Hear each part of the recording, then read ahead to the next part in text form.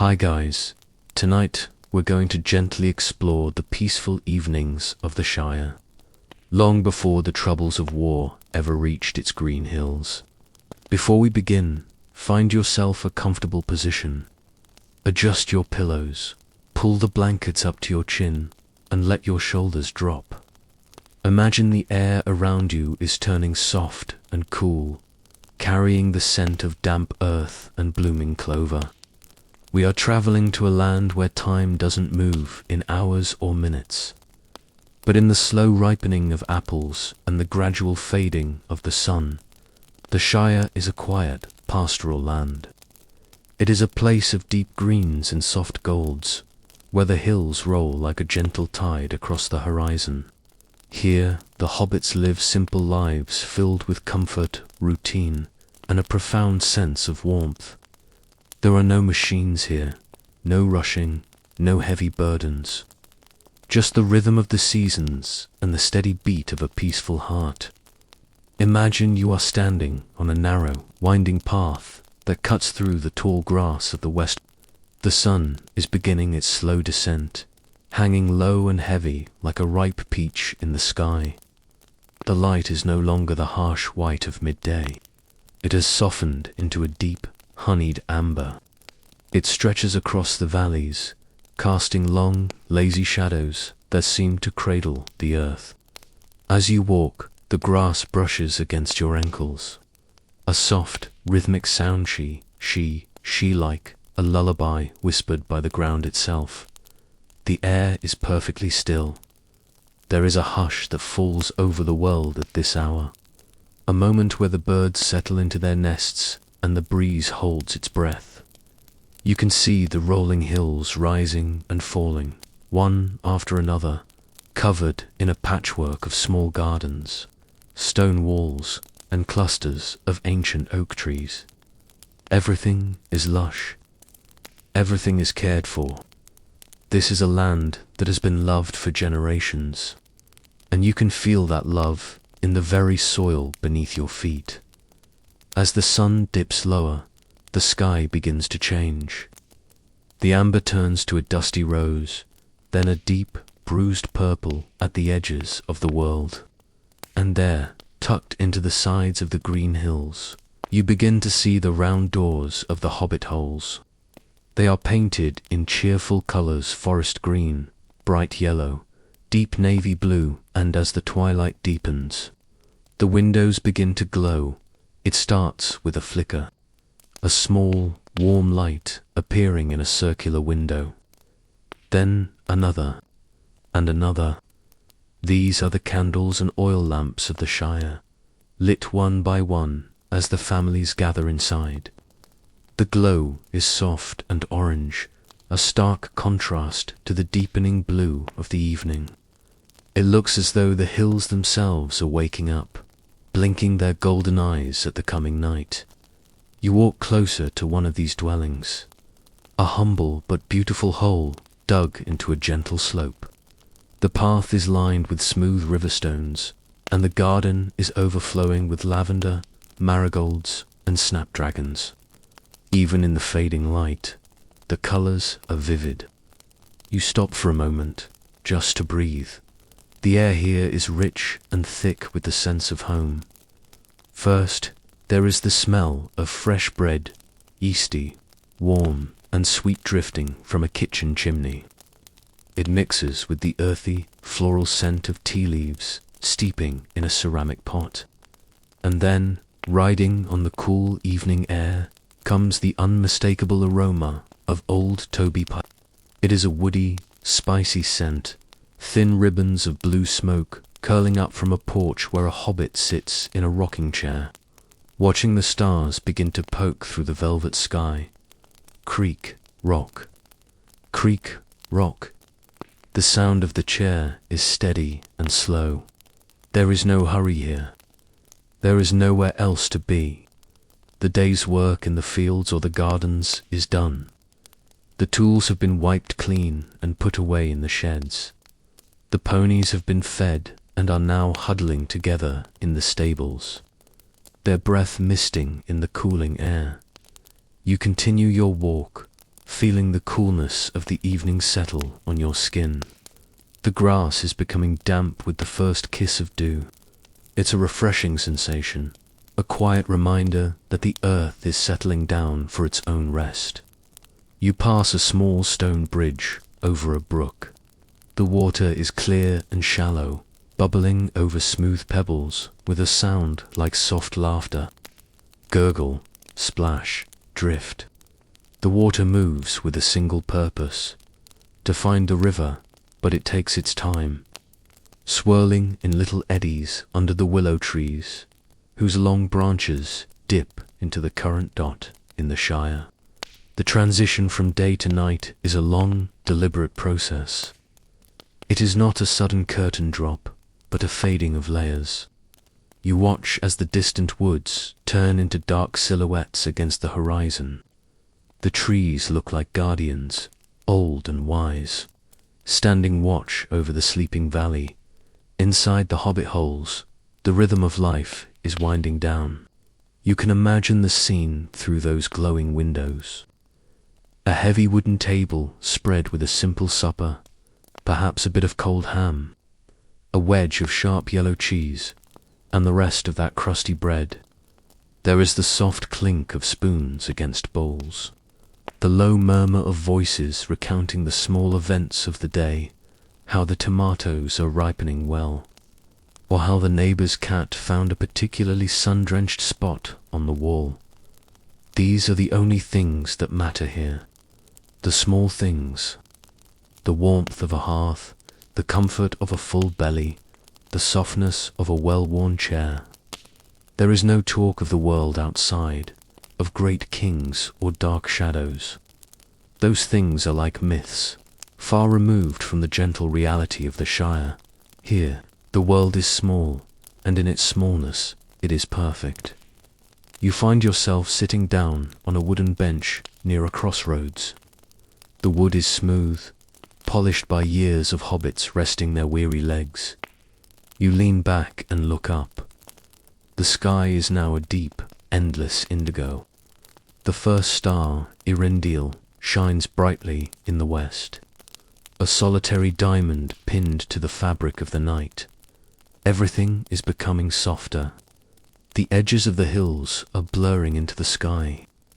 The sounds of the villager distant dog bark, a door closing, the faint whistle of someone heading home are becoming fewer and further between. The Shire is tucking itself in. Think of the blankets inside those hobbit holes. They are made of thick wool and soft linen, smelling of dried heather and sunshine. The beds are sturdy, tucked into alcoves where the sound of the wind outside is nothing more than a faint hum. As you sit on your bench, you feel that same sense of safety. You are protected by the hills, shielded by the ancient trees, and held by the quiet peace of a land that knows nothing of war.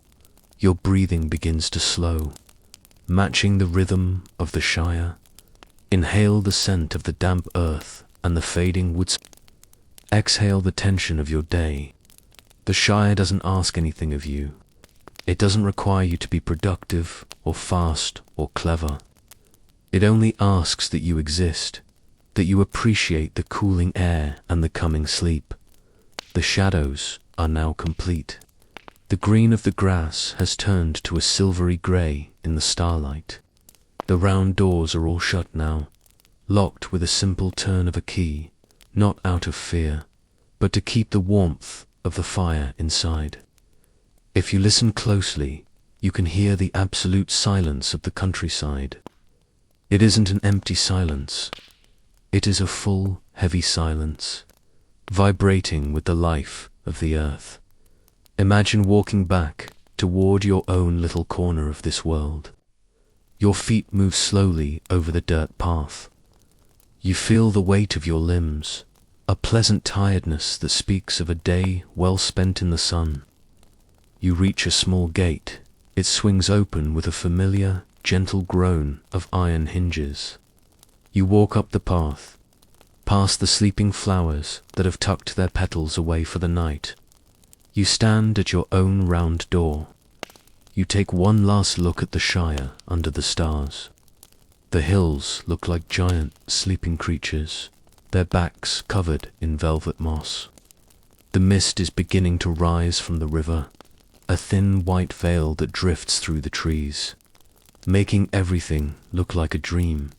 You step inside, and the air is instantly warmer. The fire in the hearth has burned down to a pile of glowing red embers, casting a soft, pulsing light across the room. The shadows on the walls are long and slow, moving only when a small flame licks up from the wood. You move to the window and pull the heavy curtains shut, sealing out the night. The room is filled with the things you love: books with worn spines, a comfortable rug, a bowl of fruit on the sideboard. You change into soft clothes, feeling the fabric move gently against your skin. Every movement is deliberate. Every movement is slow. You are moving toward rest. You climb into bed, the mattress supporting you perfectly. The sheets are cool at first, then quickly warm as you settle in. You pull the heavy quilt up, feeling its comforting weight. Outside, the Shire is silent. The owls may be waking in the woods, their soft hoo-hoo echoing through the trees. But here, in the heart of the hill, there is only peace. The world is quiet. The war is a shadow that has not yet found this place. The hills are safe. The gardens are sleeping. The fires are dimming. You are here, in the most peaceful place in the world, and there is nothing to do but close your eyes and let the darkness carry you away. The slow rhythm of the Shire is your heartbeat now. Slow and steady. Slow and steady. The golden sunset is a memory. The smell of tea is a fading ghost. There is only the softness of the pillow and the deep, restorative quiet of the earth as you drift. You can still see the rolling hills in your mind, bathed in the silver light of the moon. You see the mist curling around the roots of the party tree. You see the quiet lanes where no one walks. You are part of this peace. You are a fragment of the Shire's long, uneventful history of comfort. In the Shire, the transition from the golden afternoon to the deep evening is marked by the slow, deliberate preparation of the day's final meal. There is no haste in a hobbit's kitchen. Imagine a kitchen with low, curved ceilings and walls of smooth, whitewashed stone. A hobbit stands by a heavy wooden counter, his movements fluid and unhurried. He is slicing a loaf of crusty, dark bread. Crunch, crunch. The knife moves through the crust with a satisfying sound, revealing the soft, steaming center. Each slice is thick and even, falling onto a ceramic plate with a dull, comforting thud. The stove is the heart of this room. It is a sturdy, Castian beast, radiating a constant, gentle heat that smells of seasoned oak and dried birch. On top of it, a heavy copper kettle begins to hum. It is a low, vibrational sound at first, a tiny murmur that gradually grows into a steady, rhythmic whistle. This is the signal for tea.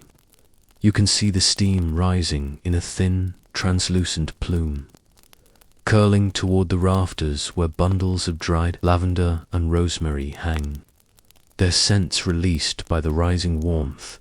There is a profound beauty in the way a hobbit sets a table. It is a ritual of care.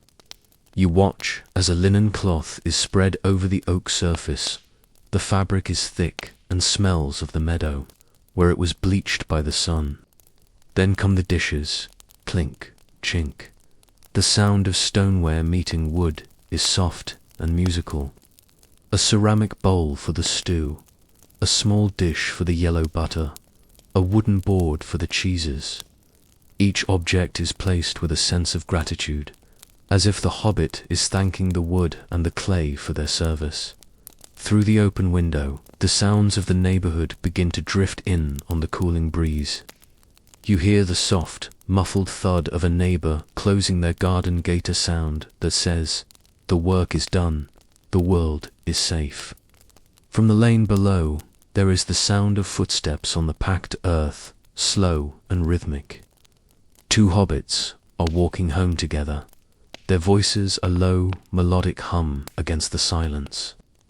You can't hear their words, only the tone a gentle, rolling cadence of contentment. Every so often, a ripple of quiet laughter floats up through the window, as light and airy as the bubbles in a brook. It isn't a loud laugh. It is a soft, bubbling sound of genuine ease. The kind of laughter that only comes when there is nothing to fear. The light in the kitchen is shifting. The last of the natural twilight has faded, replaced by the warm, amber glow of the hearth and a few strategically placed lanterns. The lanterns are made of polished brass, with glass panes that have been buffed until they sparkle. Inside, the candle flames dance slowly, casting long, flickering shadows that play across the rounded doorways. These shadows don't feel dark or cold. They are like soft, velvet curtains, wrapping the room in a sense of privacy and seclusion. You watch as the tea is brewed. The tea leaves are scooped from a tin with a small silver spoon scritch hand dropped into a heavy pot. The boiling water hits the leaves with a muffled splash, and immediately the air is filled with the scent of bergamot and earthy roots. The pot is covered with a thick, quilted cozy to keep the heat in, and it sits there, steeping, while the hobbit turns back to the hearth. The fire is a living thing. It crackles softly, snap, poppers, the sap in the wood expands. The embers at the base are a deep, pulsing crimson, like a heartbeat. The hobbit takes a long iron poker and gently adjusts a log. A small shower of sparks flies upward, vanishing into the chimney like tiny, fleeting stars. The warmth from the fire is a physical presence. It brushes against your cheeks and settles into your bones, melting away any lingering tightness from the day. Outside, the Shire is settling into a deep, rhythmic slumber. You can imagine yourself walking down the lane now, looking at the glowing windows of Bagshot Row. Each window is a portal into a world of domestic bliss. Behind one, you might see a hobbit sitting in a deep armchair, his feet propped up on a stool, slowly turning the pages of an old, leather-bound ledger or a book of herblore. The sound of the page turning is a dry, crisp shir, a tiny event in the vast silence of the night. Behind another window, a mother might be humming a wordless tune as she tidies a stack of colorful quilts. The humming is low and steady, a vibration that seems to come from the earth itself. It is the sound of safety. It is the sound of a world where the greatest concern is the quality of the autumn harvest or the temperature of the morning mist in the Shire. The evening is not a time for productivity. It is a time for presence. The hobbits move through their routines with a meditative slowness. When they pour a cup of tea, they watch the dark liquid flow, steam rising to meet their faces. When they sit, they truly sit, letting their weight sink into the cushions. There is no part of their mind that is racing toward tomorrow. Tomorrow will come with its own sun and its own chores, but for now, the only reality is the warmth of the mug between their palms and the steady glow of the fire. You feel this same slowness entering your own limbs.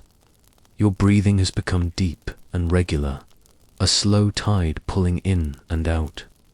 Imagine the scent of the Shire evening filling your room, the smell of damp moss, wood smoke, and the faint sweet tang of apples stored in the cellar. It is a heavy scent, one that pulls your eyelids down. The clinking of the dishes has ceased now. The supper has been eaten, the table cleared with the same quiet care. The hobbit in the kitchen takes a soft cloth and wipes the wooden surface, his hand moving in slow, circular motions. Swish, swish. The wood gleams in the lamplight. Everything is back in its place. The world is orderly. The world is kind. He moves toward the fireplace and adds one last thick log, the sleeping log that will smolder slowly until the morning. He turns down the lanterns, one by one. The room grows dimmer, the colors softening into shades of charcoal and gold. The only light left is the pulse of the hearth. He stands there for a moment, silhouetted against the glow, looking out at the dark hills through the window.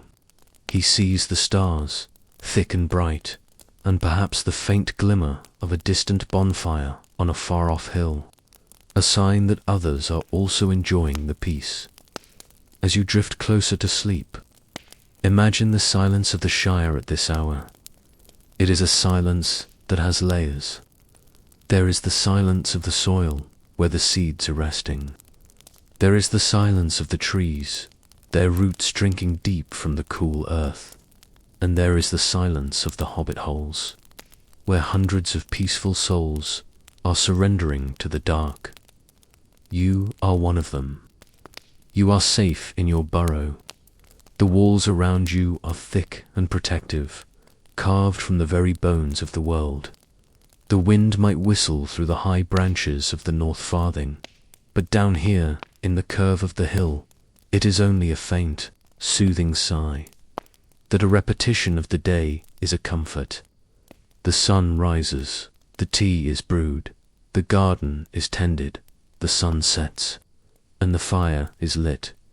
It has been this way for hundreds of years, and it will be this way for hundreds more. The troubles of the wide world are like a distant storm that cannot reach this valley. Here, the only law is the law of kindness, and the only clock is the hunger in one's belly. Your thoughts are becoming soft and blurred, like a painting left out in the mist.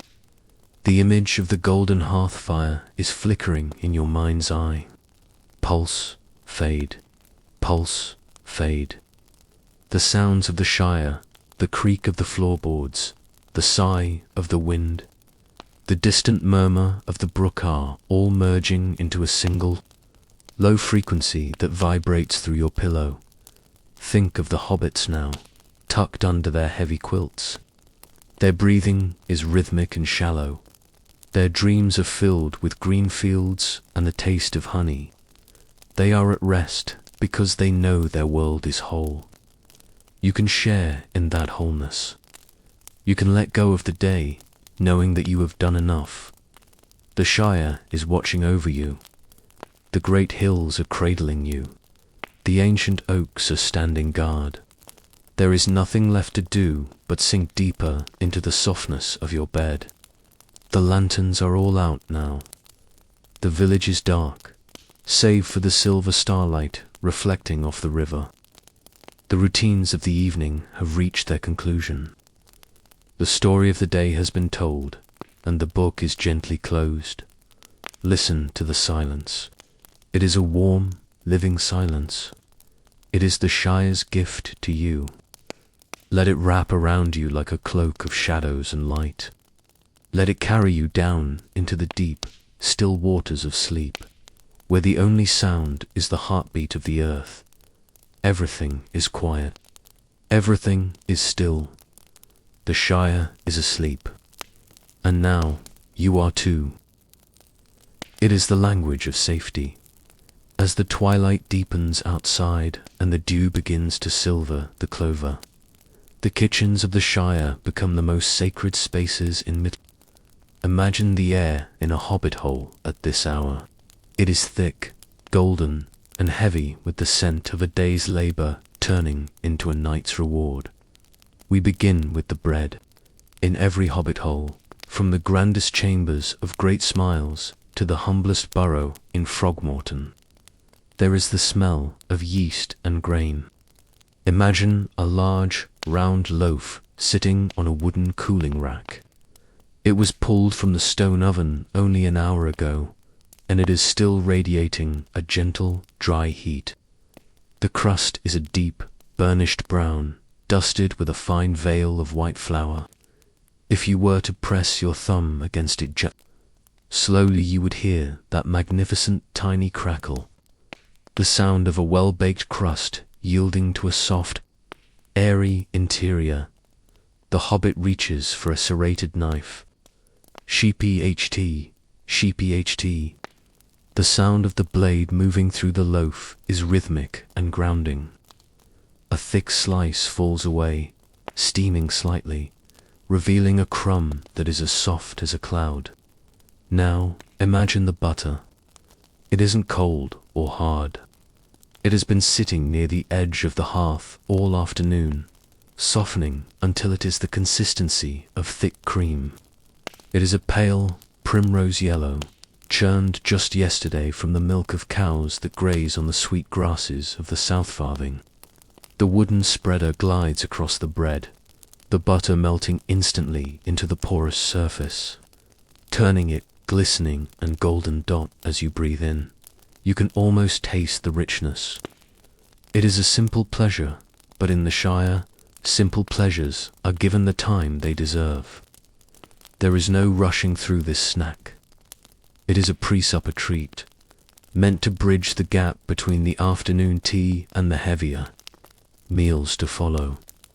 Move your focus now to the center of the kitchen, where a heavy iron pot hangs from a crane over the fire. This is the evening stew.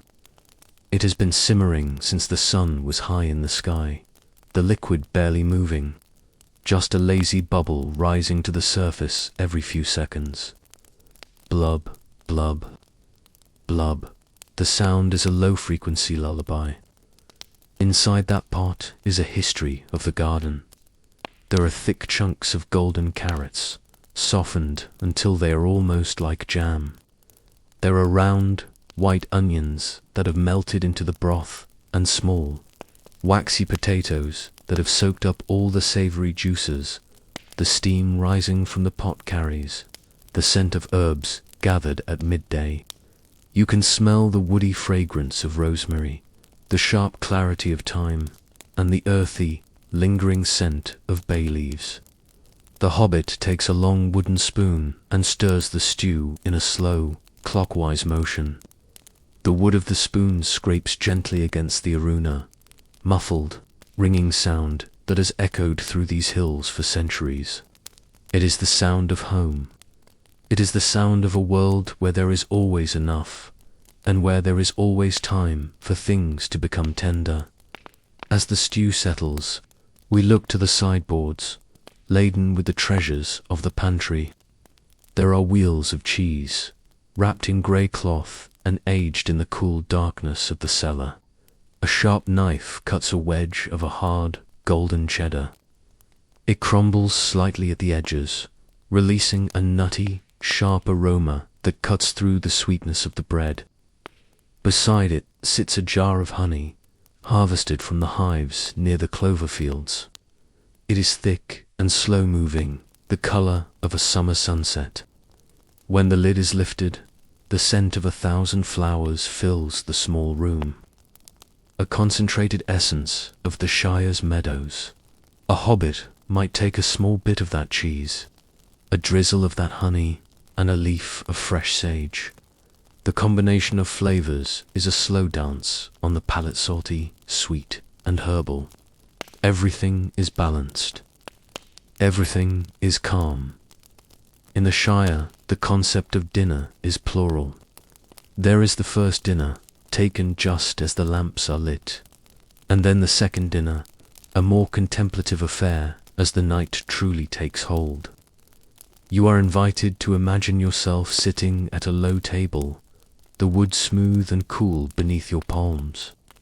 The chair is padded with a patchwork cushion, soft and yielding. The light in the room is low, provided by the pulsing orange glow of the fire and a single beeswax candle. The first dinner is hearty. A bowl of that thick stew, a large mug of cool cider that tastes of crisp autumn apples, and perhaps a savory pie with a flaky, buttery crust. You eat slowly. Each bite is a reminder of the earth's generosity. You feel the warmth of the food spreading from your chest to your fingertips. A slow wave of relaxation that makes your limbs feel heavy and settled. There is no conversation during the peak of the meal, only the soft clatter of wooden spoons and the occasional sigh of satisfaction. It is a sacred silence. The hobbits understand that good food requires one's full attention. As the plates are cleared again, with that gentle clink of stoneware, the room enters a new phase of comfort. This is the time for the little extras. Out comes a plate of dried fruits, apricots that look like glowing embers, and shriveled plums that are deep and sweet. There are walnuts too, still in their shells. The sound of a nutcracker snap crunches the only sharp sound in the room, followed by the quiet task of picking out the meat of the nut. It is a slow, tactile hobby for the fingers, while the mind begins to drift towards sleep. Then comes the tea for the second dinner. Not the bracing, dark tea of the morning, but a sleep tea made from dried chamomile flowers and peppermint. The water is poured from a height, a splashing, silvery sound that fills the teapot as it steeps. The hobbit might bring out a small tin of biscuit shortbread, perhaps, heavy with butter and dusted with a light coating of lavender sugar. You find yourself watching the steam rise from your own cup. It curls and twists in the dim light, forming shapes that vanish as quickly as they appear. The scent of the mint is cooling to the senses, a contrast to the warmth of the hearth. You take a sip, and the liquid is like a warm blanket for your throat. The repetition of these movements, the pouring, the stirring, the slow chewing, the sipping creates a barrier between you and the outside world. In the Shire, the kitchen is a fortress of peace. No shadow can cross the threshold when the smell of baking apples is in the air. Imagine now the pantry, the storehouse of dreams. It is a long, narrow room dug deeper into the hill, where the temperature is always a steady, cool embrace. Rows upon rows of glass jars line the shelves. There are pickled beets, glowing like rubies in the dark. There are jars of preserved pears, floating in a pale syrup. There are bags of flour, stacks of cured meats, and braids of garlic hanging from the ceiling. This room is the hobbit's insurance against the world. It is the physical manifestation of all is well. Knowing these shelves are full allows the hobbit to sleep with a heart that is light, and a mind that is still. As the evening reaches its deepest point, the snacks become even lighter. Perhaps just a thin slice of apple with a sliver of pale cheese. The crunch of the apple is wet and fresh, a final reminder of the orchards outside. You feel the heavy, pleasant lethargy of a full stomach. This isn't the uncomfortable fullness of a feast, but the contented glow of a body that has been perfectly nourished. Your heartbeat is slow. Your breathing is shallow and easy. The fire has settled into a deep, internal burn, the logs glowing from within like molten gold. The hobbit reaches for his pipe, the final course of the evening. The tobacco is packed in with a slow thumb, the texture dry and leafy. The match strikes a brief flare of light hand, then the rhythmic puff, puff, puff begins. The smoke is blue and thin, smelling of autumn leaves and old wood. It drifts toward the ceiling, joining the shadows. Everything in the Shire is a cycle of return. The food comes from the earth, is prepared with love, and returns strength to the body. As you lie in the dark, imagine the thousands of hobbits across the Shire, all finishing their second dinners, all feeling this same heavy, golden peace. The landscape is a quilt of quiet, kitchens and sleeping gardens. The taste of the honey and the warmth of the tea remain as a lingering memory on your tongue. The world is soft. The world is delicious.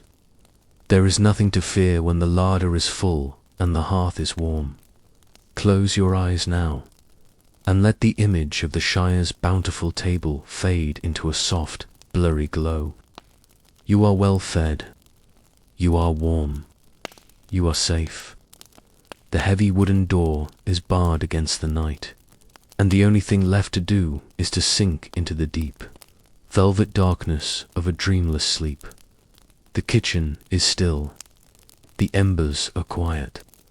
The Shire is full, and it is content.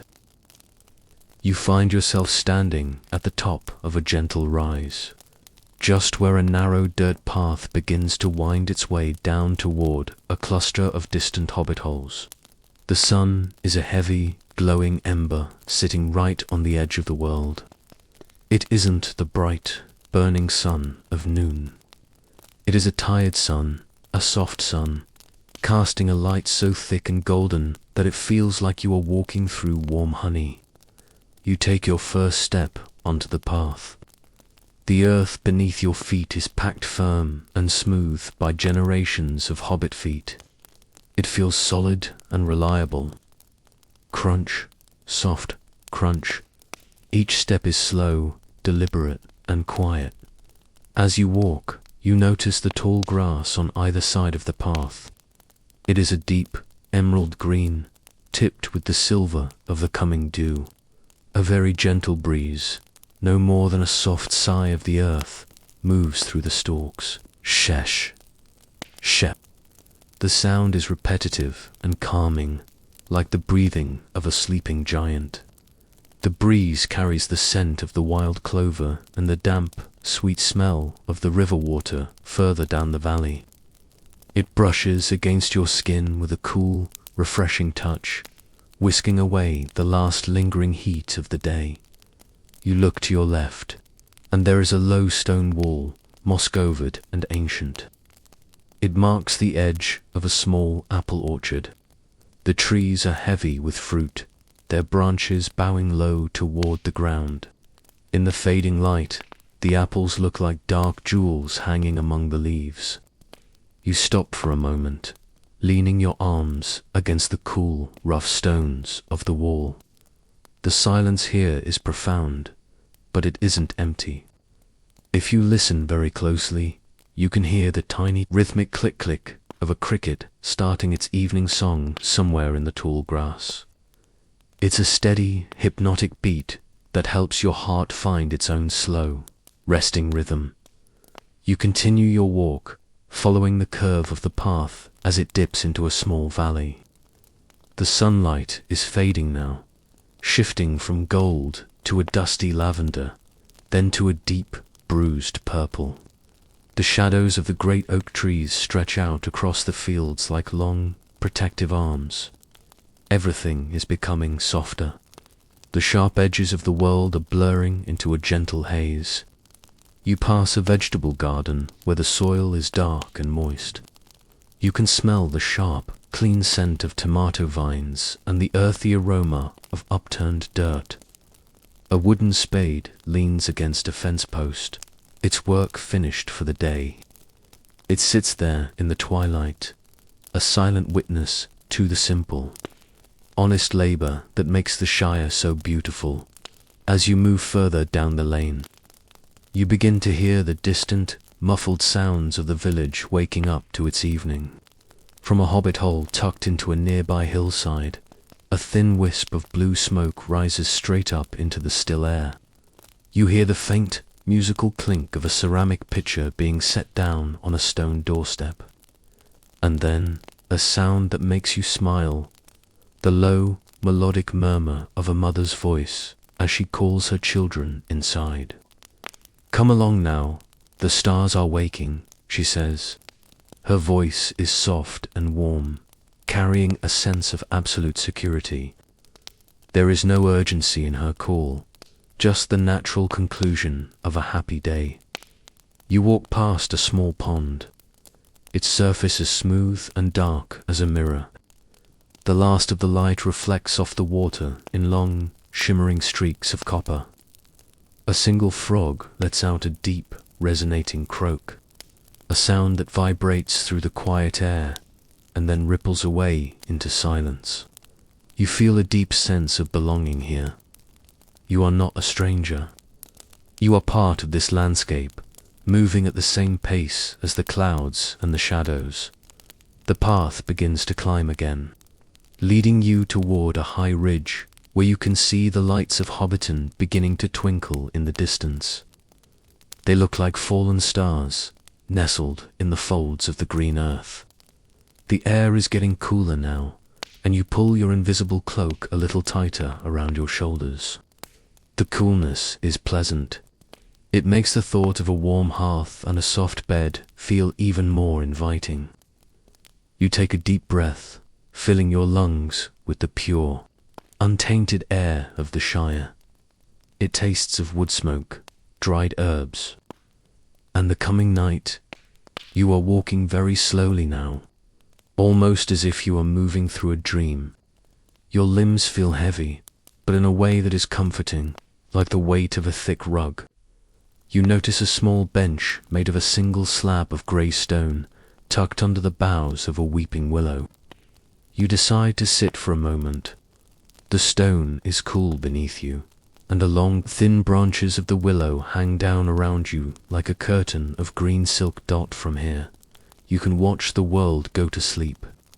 The birds have all found their nests, and their occasional sleepy chirps are the only things breaking the silence. You hear the distant, rhythmic thud-thud of a pony's hooves on a wooden bridge somewhere far off. It's a lonely sound, but a peaceful one. Someone is heading home, just like everyone else. The crickets are louder now, a symphony of tiny violinists performing for the moon. Chirp, chirp. The sound is so steady, so predictable, that it starts to blend into the background. Becoming a part of the silence itself, you look up. The sky is no longer purple. It is a deep, endless indigo. The first few stars are beginning to pierce through the darkness, tiny pinpricks of white light. They don't flicker. They glow with a steady, ancient calm. You realize that the Shire has been under these same stars for an eternity, and they have always watched over this land with the same silent protection. You stand up from the bench, your movements slow and fluid. You continue along the path, which is now illuminated only by the faint starlight and the pale glow of the white flowers that grow along the banks. These flowers, evening primroses and moon blossoms, seem to hold on to the light of the day, reflecting it back into the darkness. Their scent is sweet and heady, a floral perfume that lingers in the still air. As you walk, you pass another hobbit hole. This one has its round yellow door standing slightly ajar, letting a shaft of warm orange light spill out across the grass. You hear the sound of a soft, acoustic flute playing a simple, repetitive folk tune. The notes are high and clear, drifting out into the night like golden bubbles.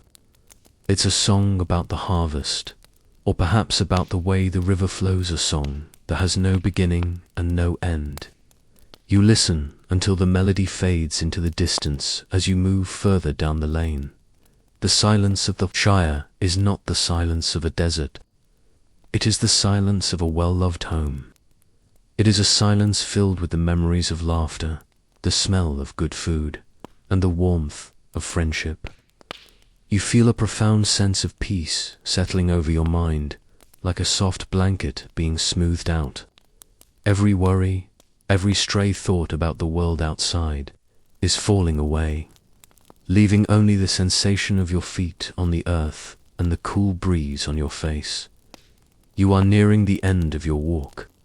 The path leads you toward a small bridge over a stream. The water is black and glossy in the starlight, moving over the rocks with a gentle, liquid whisper. Gurgle, hush, gurgle. You stand on the bridge for a minute, looking down at the water. You can see the reflection of the stars dancing in the ripples. The water is moving toward the great river and then to the sea, but it isn't in a hurry. It knows it will get there in its own time. You cross the bridge and find yourself on the final stretch of the path. The trees here are tall and old, their leaves rustling softly above your head. It's a sound like 1,000 tiny hands clapping very quietly. You walk through the shadows, feeling safe and hidden. In the Shire, the dark is not something to be feared. It is a time for rest, a time for the earth to replenish itself. You reach the gate of your own little dwelling. The wood is smooth and familiar under your hand. You pause one last time, looking back the way you came. The valley is now completely dark, save for the scattered golden windows of the hobbit holes. The hills look like soft velvet mounds under the moon. The air is perfectly still. The crickets have reached a steady hum. You open the gate, it makes a tiny, welcoming creak and walk up the stone path to your door. You feel the weight of the day behind you, a good weight, the weight of a life lived in harmony with the world. You step inside, and the warmth of the home greets you like an old friend. As you lie in your bed now, imagine that walk. Imagine the cooling air, the fading light, and the rhythmic sound of your footsteps. You are back in your sanctuary. The Shire is all around you, miles and miles of sleeping hills and quiet gardens. You are tucked away in the heart of it, safe and sound. The stars are high above. The breeze is whispering through the trees. The water is flowing under the bridge. And you, like the rest of the Shire, are ready to surrender to the deep, healing darkness. Your breathing is slow. Your heart is calm. You are home. Tonight, we let our awareness drift through the round. Yellow door of a particularly quiet hobbit hole, nestled deep into the flank of a gentle hill. Imagine the door closing behind you with a soft, solid thud, the sound of the outside world being gently but firmly locked away. As the iron bolt slides home with a muted click, the cool night air is replaced by a cocoon of stillness and warmth. You are standing in a long, curving hallway, or a tunnel hall as the hobbits call them, but it feels nothing like a cave. The walls are panelled in a honey-coloured oak that has been polished by the passage of centuries, reflecting the flickering light of the wall-mounted lanterns in long, amber streaks. The floor beneath your feet is made of wide, dark wooden planks, partially covered by a runner of woven wool. As you walk, the wood makes no sound. It is old and settled, as if it is holding its breath to help you find your rest. The ceiling is low and arched, giving you a sense of being cradled by the earth itself. There are no sharp corners here, no harsh angles. Everything is rounded, softened, and curved. Mimicking the shape of the hills outside, you move slowly down the hall, your hand trailing along the smooth wood of the wainscot. To your left, you pass a row of heavy brass pegs, each holding a different cloak, one of thick grey wool for the rain, one of light green linen for the spring, and a heavy fur-lined one for the deep frosts. Below them, a row of muddy walking boots sits in a neat line, their work done, their leather cooling in the shadows. There is a deep, profound sense of order here, but it is the order of comfort, not of rigidity. You turn a corner and find yourself at the entrance to the parlour. This room is the very heart of the home's evening life. The air here is a few degrees warmer, carrying the dry, sweet scent of seasoned applewood burning in the hearth. The fireplace is a grand affair of local fieldstone, with a wide, deep mantle of dark walnut. On the mantle sits a row of invitation cards, a ticking clock with a brass pendulum, and a few small clay figurines of farm animals. The fire is not roaring. It has reached that perfect evening state where the logs have broken down into a glowing topography of red and gold.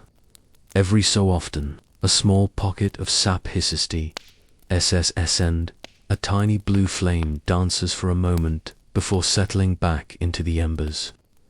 The light it casts is rhythmic, pulsing like a slow heartbeat against the whitewashed upper walls.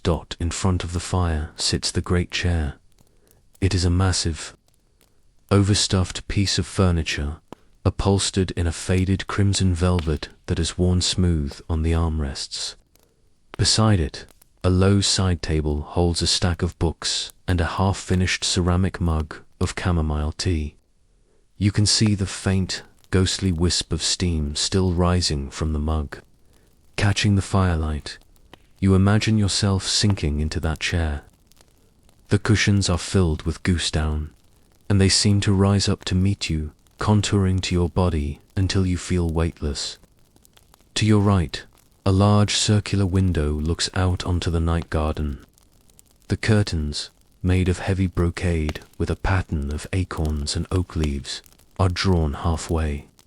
Through the gap, you can see the silver sheen of the moon on the lawn, but inside, everything is gold. You move your gaze to the corners of the room. This is a house of many things, all of them quiet and well loved. There are baskets of knitting, the wooden needles resting mid-stitch in a sea of soft heather-grey yarn. There are footstools covered in needlepoint, depicting scenes of the Brandywine River and the rolling fields of the Merish. Every surface holds something that speaks of a slow, deliberate life. Leaving the parlor, you wander into the library. This is perhaps the quietest room in the entire Shire. The walls are lined from floor to ceiling with bookshelves, all of them curved to fit the contour of the hill. The smell here is intoxicating, the scent of old parchment, leather bindings, and the faint, dusty sweetness of pressed flowers tucked between pages. There are maps spread out on a large slanted desk, their edges held down by smooth river stones. These maps show the lanes of the Shire, the twists of the water, and the location of every significant blackberry bush in the West Farthing. As you run your fingers over the spines of the books, you feel the texture of the embossed gold lettering. The herbs of the North Farthing, a history of the great plum harvest. The stars as seen from the hill. These are books meant to be read slowly by the light of a single candle, with the rain pattering gently against the earth outside. In the center of the library is a small reading nook, a built-in bench under a porthole window. It is piled high with cushions of all sizes, some of silk, some of rough-spun cotton, some of velvet.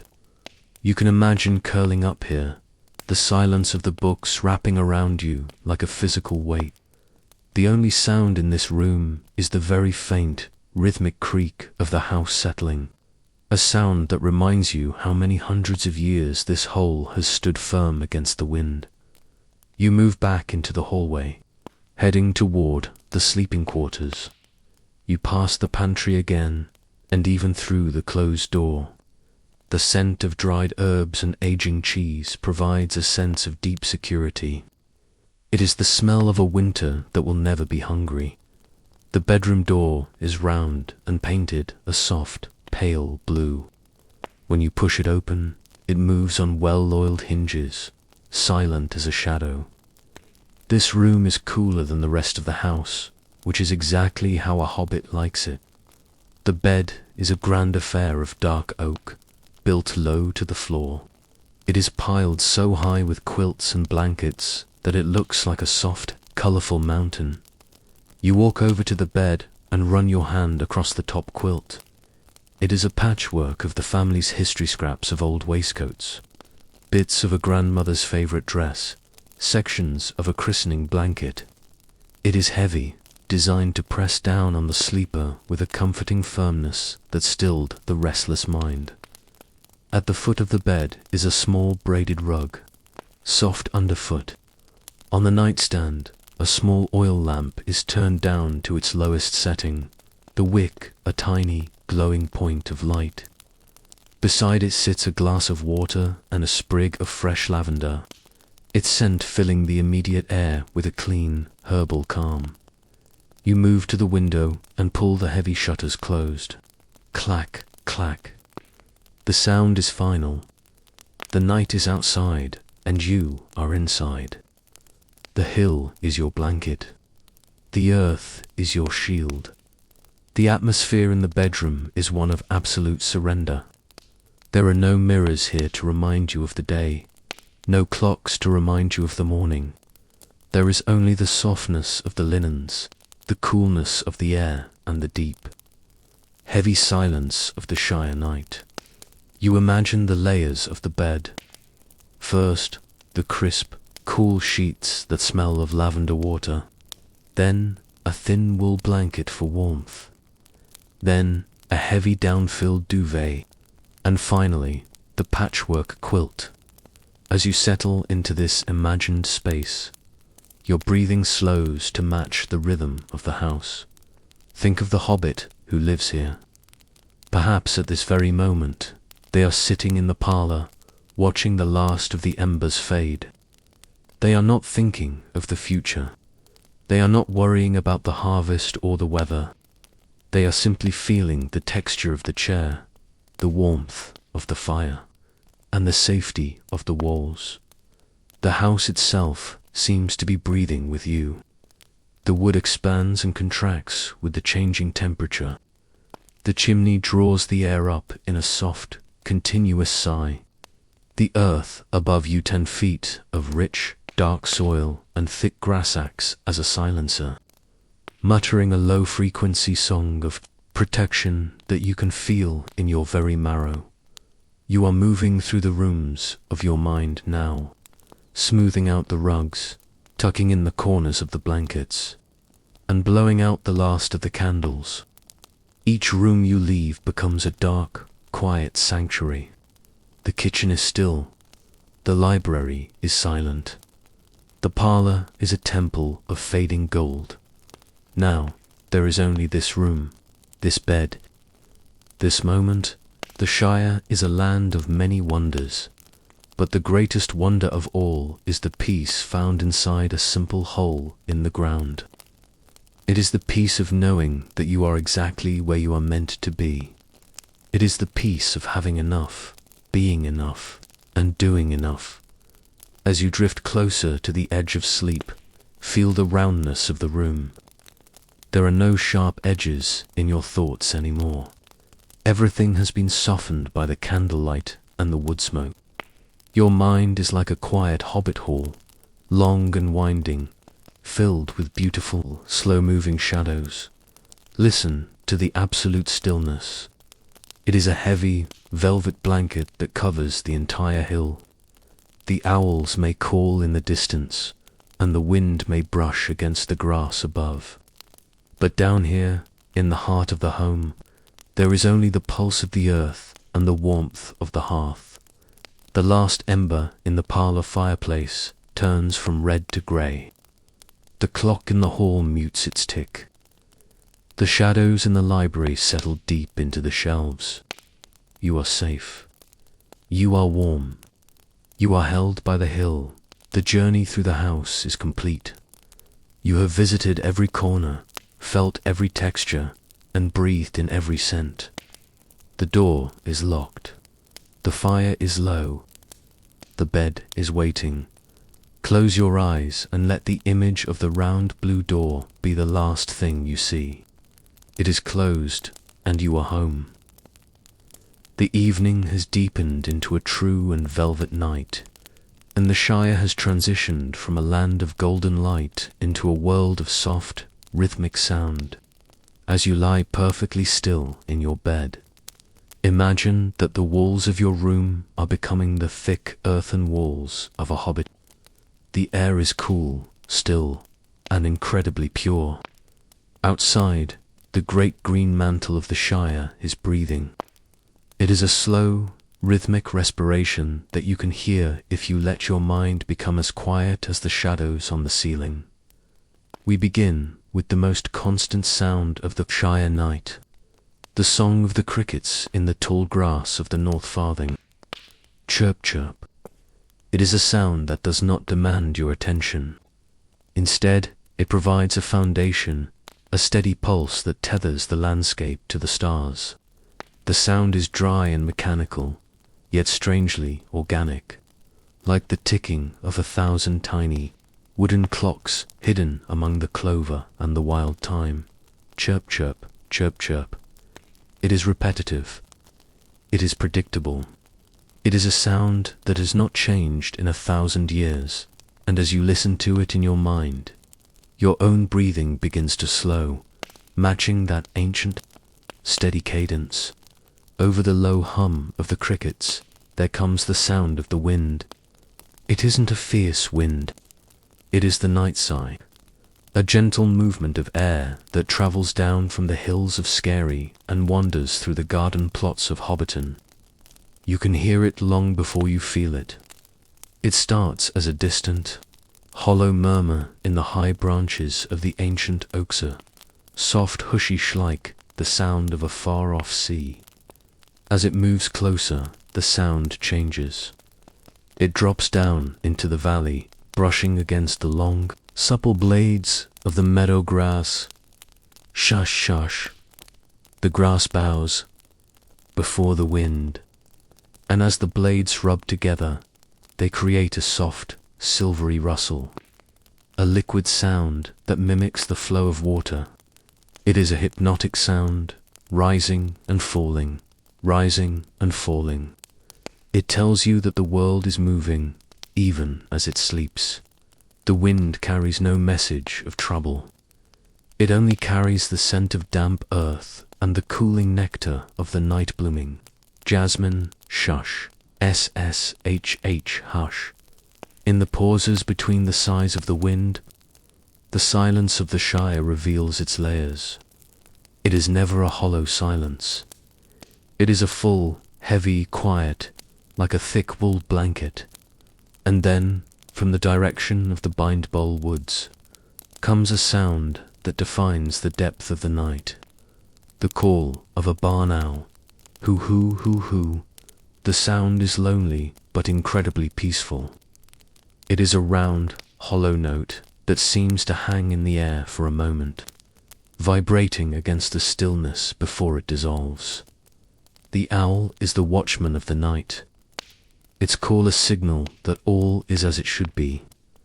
A few moments later, an answering call comes from the orchards near the water, a faint echo that reinforces the safety of the valley. Hoo, hoo, hoo. The repetition of the call is like a lullaby. It reminds you that even in the dark there is life, and that life is gentle and purposeful. You find yourself waiting for the next call, your ears tuned to the subtle frequencies of the night, letting each soft note pull you deeper into a state of relaxation down. Imagine the sound of water. The Shire is a land of many small streams and hidden brooks, all of them finding their way toward the Brandywine. Near the lane where you walk in your thoughts, a small stream travels over a bed of smooth, round pebbles. Gurgle, plink, gurgle. The water moves with a lazy, liquid chatter. It splashes softly against a mossy rock, a sound like a tiny bell ringing under the earth. Plink, gurgle, plink. The water never tires. It moves with a constant, soothing white noise that drowns out the stray thoughts of the day. It is a cold sound, a clean sound. You can almost feel the coolness of the spray on your face as you listen to the water navigate the roots of a willow tree.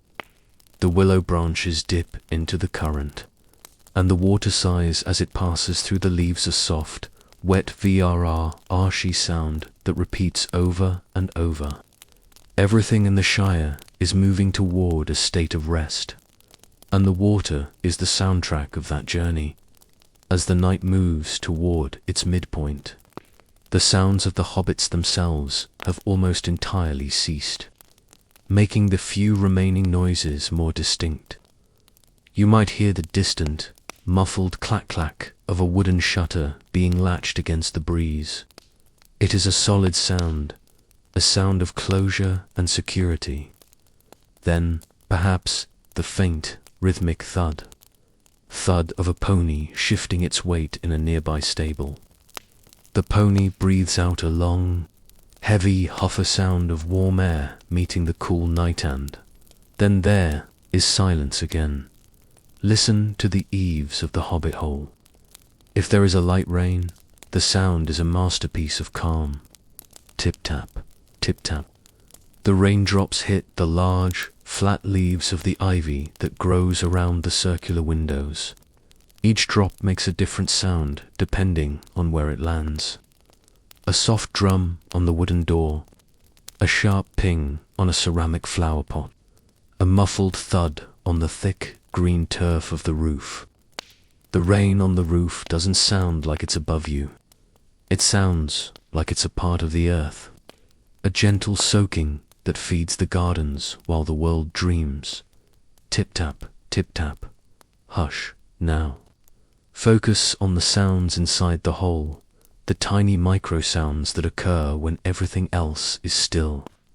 There is the slow, rhythmic tick, tick of the grandfather clock in the hallway.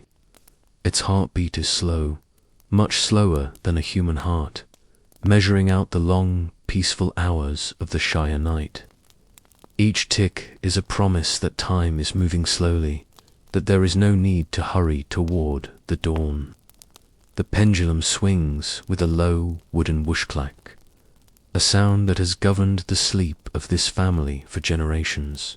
In the hearth, the fire has long since died down to embers, but it still has a voice. Every few minutes, a piece of charcoal shifts as it settles into the ash. Crinkle, snap. It's a tiny, delicate sound, like the breaking of a dry leaf. The heat rising up the chimney creates a very faint, low-frequency hum. A chimney song that you can only hear when your head is on the pillow and the house is perfectly quiet. It is a warm sound, a dry sound, a sound that tells you the house is still breathing out the warmth of the evening. Imagine the sound of your own breath now, joining the symphony of the Shire. Inhale the coolness. Exhale the quiet. If you were to step outside onto the porch for one last moment, you might hear the soft, padded sound of a fox moving through the undergrowth. Rustle, pause, rustle, the sound is light, barely there, a ghost of a movement. It is followed by the long, low creak of a distant windmill, its wooden gears groaning softly as they turn in the night wind. Crack, crack, the sound is rhythmic and ancient, a reminder of the simple machines that serve the peaceful lives of the hobbits. The Shire at night is a place of echoes and whispers. You hear the wind in the chimney, hoo-oh-oh-oh. You hear the rustle of the thatch. You hear the distant murmur of the river. These sounds are not meant to wake you. They are meant to act as a barrier, a wall of soft noise that protects your sleep from the silence of the void. The crickets continue. Chirp, chirp. They are the conductors of this orchestra. Their tempo never changes. They are the heartbeat of the fields. As you listen to them, you feel your limbs becoming heavier and heavier. Your hands are still. Your eyes are closed. Your mind is beginning to weave these sounds into the fabric of a dream. The sound of the wind in the grass, ssh hush. The sound of the owl in the woods, hoo hoo hoo. The sound of the water on the stones, gurgle plink. The sound of the clock in the hole, tick dash tick. These sounds are all telling you the same thing. They are saying that the Shire is safe. They are saying that the night is long and the bed is warm. They are saying that you are exactly where you belong, tucked into the side of a hill, protected by the earth and the ancient traditions of peace. The night sounds are becoming blurred now. The individual notes are merging into a single, low, humming vibration. The cricket's chirp is becoming a distant pulse. The owl's call is a fading memory. The wind's sigh is a gentle weight on your eyelids. The Shire is singing you to sleep. It is a song without words, a song of soil and water, wood and stone. It is a song that has been sung since the beginning of the Third Age, and it will be sung long after the sun rises tomorrow. But tomorrow is far away. Tonight there is only the rhythm. Listen to the rhythm. Chirp chirp, SSS, H hush, tick tick, sleep, sleep. The sounds are fading now, drifting away like the mist over the brandywine. The silence that remains is not empty. It is the deep, restorative silence of a hobbit's heart at rest. You are sinking down, down into the soft, dark earth of sleep, where the only sound is the quiet, steady beat of the Shire's own heart. As the deepest part of the evening settles over the Shire, we find our way toward a soft, warm light emanating from a cluster of hobbit holes, nestled together at the foot of a hill. Tonight, we are observing the quiet beauty of hobbit social life, not the grand, boisterous parties of midsummer, but the small, intimate gatherings that happen when the sun has vanished and the only world that matters is the one illuminated by the hearth. Imagine you are standing in a small, circular parlor where a few dear friends have gathered. The air is still, save for the occasional soft crackle of the fire and the low, melodic murmur of voices. There is no shouting here, no hurried movement. Everything is conducted at the pace of a slow-moving stream. You find a seat on a low wooden bench, softened by a thick, hand-woven wool cushion that smells faintly of dried lavender and old books. Across from you, an elderly hobbit is leaning back in a creaking wicker chair, his hands clasped over his waistcoat. He isn't speaking yet. He is simply looking into the embers, a small, contented smile playing on his lips. This is the essence of hobbit companionship, the ability to sit together in a shared, comfortable silence. It is a silence that isn't empty, but full of history and mutual understanding. In the center of the low oak table sits a large, steaming ceramic teapot. It is covered in a knitted cozy, a vibrant patchwork of greens and browns that keeps the warmth trapped inside. A hobbit woman, her movements as fluid and quiet as a shadow, reaches out to pour the tea. Glug, glug, splash. The sound of the dark, amber liquid hitting the bottom of the cups is a rhythmic, watery music. One by one, the cups are passed around. You feel the warmth of the heavy stoneware against your palms, a heat that seeps through your skin and begins to relax the muscles in your shoulders. As the tea is sipped, the storytelling begins. These are not tales of great battles or distant dragons, for those things feel far too sharp and jagged for an evening like this. Instead, the stories are about the small, beautiful triumphs of Shire life. One hobbit begins to recount, in a slow and rhythmic tone, the history of a particular apple tree in his garden, how his grandfather planted it during a particularly rainy spring, and how its fruit has always been the sweetest in the West. His voice is a low baritone, a soothing vibration that seems to harmonize with the crackling wood in the fireplace. You listen to the cadence of his words. There is a gentle repetition in his speech, a way of circling back to familiar details that makes the story feel like a lullaby.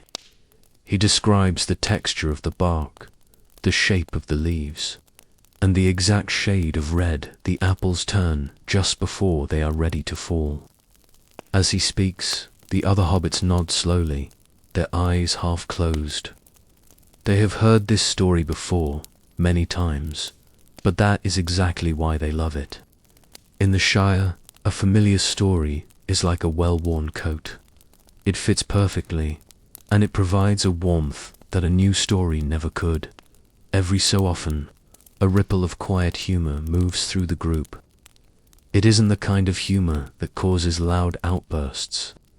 It is a soft, bubbling amusement that manifests as a gentle crinkling of the eyes or a quiet, huffing chuckle. Perhaps someone mentions a neighbor's unsuccessful attempt to grow giant pumpkins, or the time a local post-hobbit got his hat stuck in a low-hanging willow branch. These are the great scandals of the Shire, small and harmless, serving only to bind the community closer together through shared, gentle laughter. The light in the parlor is perfect for sleep. The lanterns have been turned down so low that they are merely orange pinpricks in the corners. The primary light comes from the hearth, where a massive log of seasoned ash is slowly surrendering to the heat. The shadows on the walls are long and soft, moving in a slow, hypnotic dance as the flames lick upward. You watch the shadows, letting your eyes go slightly out of focus. They look like the swaying branches of trees, or the gentle movement of clouds across a moonlit field. In a corner of the room, a younger hobbit picks up a small wooden lute. He doesn't strum it with vigor. Instead, he plucks the strings with the pads of his fingers, producing a sound that is thin, silver, and incredibly delicate. Ting, tang, tearing. The notes are spaced far apart, allowing the silence of the room to breathe in between them. He begins to hum a wordless tune, a melody that sounds like the wind moving through the corn husks or the water bubbling over the stones of the water. It is a song of the earth, a song that has no beginning and no end. It simply exists, a thread of sound weaving through the warm air of the parlor dot. As you sit there, you feel the collective peace of the group settling over you. In the wide world, people gather to debate, to plan, or to celebrate with noise. But here, hobbits gather to simply be. They gather to share the warmth of a fire and the comfort of a cup of tea. There is a profound safety in this quiet companionship. You realize that you don't have to say anything to be part of this circle. You don't have to contribute or perform. You only have to exist and to let the shared warmth of the room hold you. The smell of the gathering is a tapestry of comfort. There is the earthy scent of the tea leaves, the woody aroma of the pipe smoke curling near the ceiling, and the faint, sweet smell of a plate of honey cakes sitting on the sideboard. The honey cakes are small and dense, dusted with a fine layer of cinnamon. Occasionally, someone reaches for one. The sound of the ceramic plate clicking against the table, tink being the only interruption to the music. Think of the connections between these people. They have known each other's families for generations. They know the history of every hedge and every stone wall between their homes. This deep-rooted familiarity creates an atmosphere where tension cannot exist. It is a world where everyone is a cousin, a friend, or a well-known neighbor. As you drift closer to sleep, imagine that you, too, have this history. Imagine that the walls of this hobbit hole have known your name since you were a child, and that the hills outside are your oldest friends. The storytelling shifts. The elder hobbit is now talking about the stars. He points toward the round window, where a sliver of the night sky is visible. He speaks of the constellations, the wain, the crown, and the silver sicklebutt. He speaks of them as if they were lanterns hung out by the earth to guide the wanderers home. His voice drops even lower, becoming a whisper that is barely audible over the sigh of the wind in the chimney. He talks about the time of the great quiet. Those few hours before dawn when the world is perfectly still, and even the trees seem to be dreaming. You feel your chin dipping toward your chest. Your eyelids are heavy, as if they were made of the same thick velvet as the curtains. The music of the lute is becoming even more sparse, the notes falling like slow, cool raindrops into a dark pond. Ting, pause. Ting, the humming has stopped, replaced by the steady, rhythmic breathing of the guests. One by one, the hobbits begin to rise. They don't make a formal announcement. They simply stand with a slow, coordinated grace. There are no loud goodnights. Instead, there are soft touches on shoulders, a quiet sleep well whispered into the dim light, and the muffled sound of feet moving across the wool runner.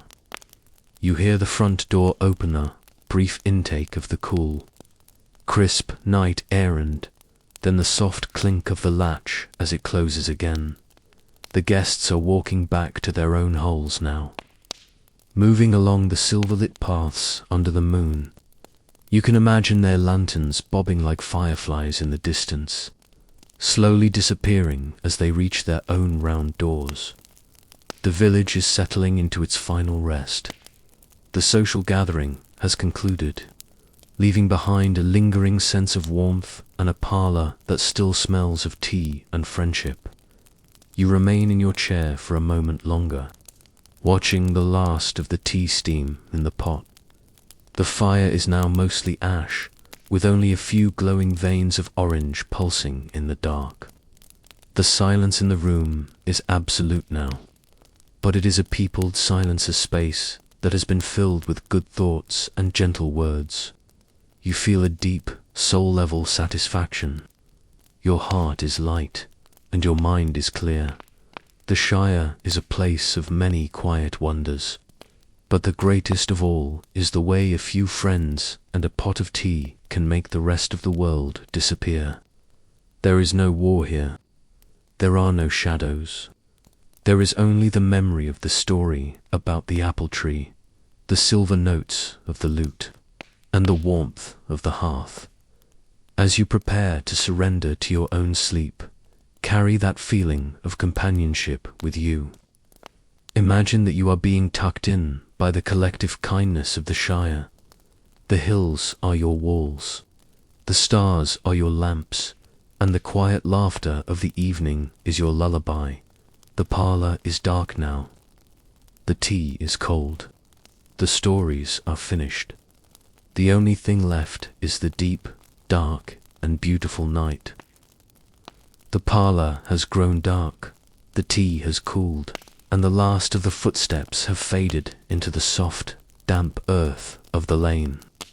Now, we let our awareness drift out through the circular window, passing through the glass as easily as a moonbeam, to settle among the gardens and the wild, unhurried nature of the Shire under the deep velvet of the midnight sky. Imagine that the world outside is not a place of cold shadows, but a cathedral of silver and grey, where the air is so still it feels like a physical weight against the leaves. As you lie there, imagine your breath becoming as slow as the rising mist from the water. You are no longer a traveller. You are a part of the soil, a part of the root, and a part of the quiet, silver light that bathes the West Farthing. The sun is a distant memory, and in its place, the moon has taken up its watch. It is a pale, pearly disk hanging high above the hill, casting a light that doesn't reveal colours so much as it reveals textures. The vibrant greens of the day have turned into 1,000 shades of charcoal, slate, and shimmering mercury. You find yourself standing at the edge of a small cottage garden. The wooden gate is latched, and the flowers within are all tucked away for the night. There is a profound sense of rest here. Look at the tulips and the heavy-headed peonies. They have closed their petals tightly, folding their beauty inward to protect it from the chill.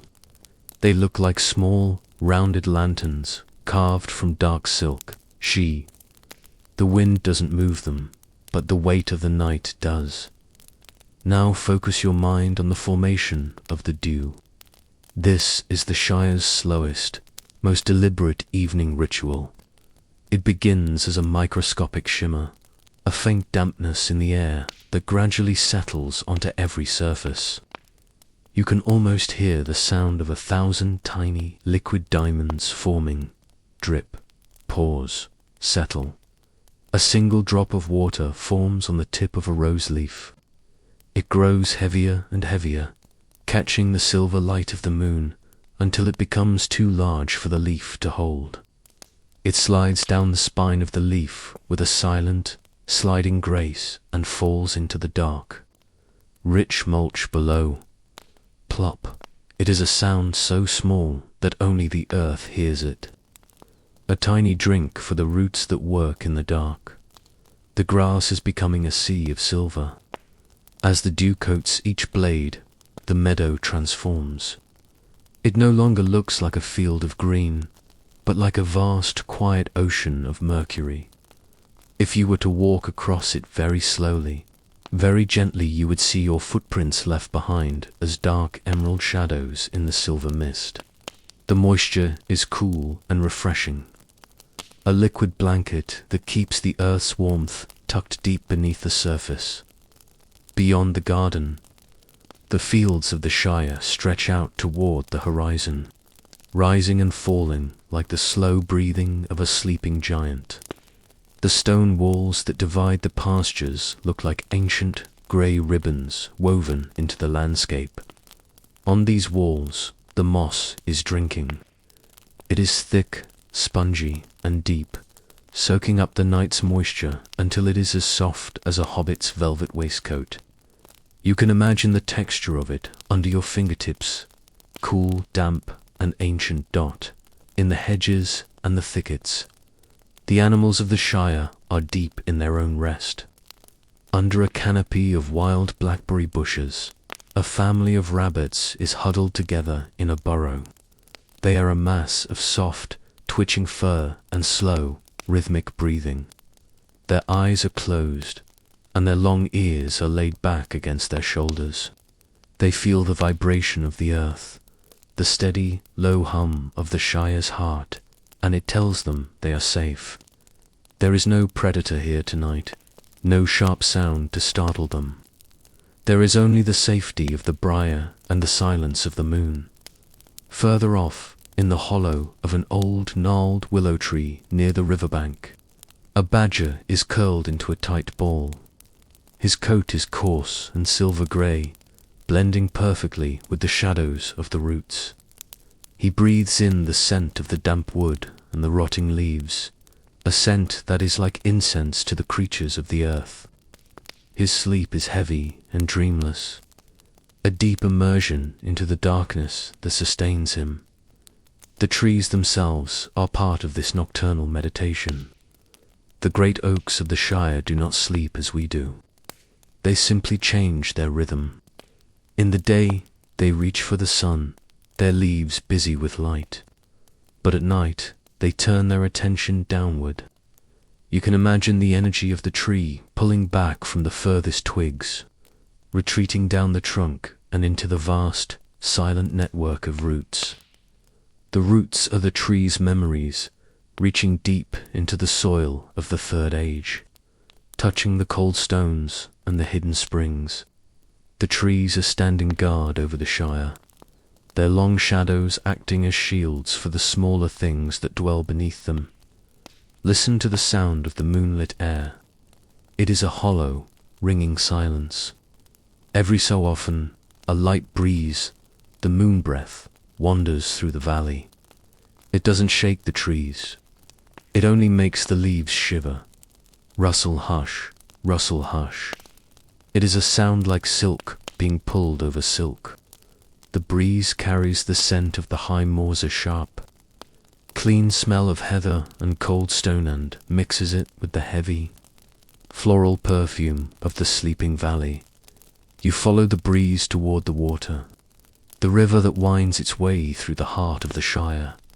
In the moonlight, The river is a ribbon of moving silver. The mist is thick here, hanging over the reeds in long, white tresses.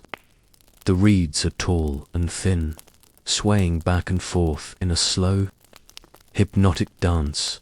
Swish, swish. Their shadows are long and thin, flickering against the surface of the water like the legs of a giant water strider on the surface of the river. A few white water lilies are floating. They are closed tight, looking like ivory eggs. They bob gently in the wake of a passing fisher, silver flash beneath the surface that leaves a circle of ripples. The ripples spread out, wider and wider, catching the moonlight in their curves until they touch the muddy bank and vanish. Lap, lap, lap. The sound of the water against the shore is a repetitive, liquid heartbeat. It tells you that time is flowing, but it is flowing slowly, like honey from a jar. Think of the seeds beneath the soil. In the gardens of the Shire, millions of seeds are resting in the dark, cool earth. They are waiting for the spring, but for now they are content to be still. They are tucked into the dark, surrounded by the smell of minerals and the slow movement of the worms. This is the great rest. The earth is not dead. It is simply dreaming. It is dreaming of the sun, of the rain, and of the green shoots that will eventually break through the surface. As you lie in your bed, you are like one of those seeds, safe, warm, and surrounded by the protective weight of the world. The moonlight moves slowly across the landscape, a silent traveler. It touches the roof of a distant barn, turning the thatch into a sheet of silver. It illuminates the white blossoms of a hawthorn hedge, making them glow like ghosts against the dark leaves. It finds the small, circular windows of the Hobbit holes, reflecting off the glass in a way that makes the hills look like they are encrusted with diamonds. There is no urgency in the Shire's nature. The seasons will turn when they are ready. The rain will fall when the clouds are heavy. The sun will rise when the night has finished its work. This lack of hurry is the greatest comfort of all. You can feel it in your limbs, a heavy, sinking sensation that pulls you down toward the center of the earth. Your mind is becoming as smooth and as still as the surface of the river.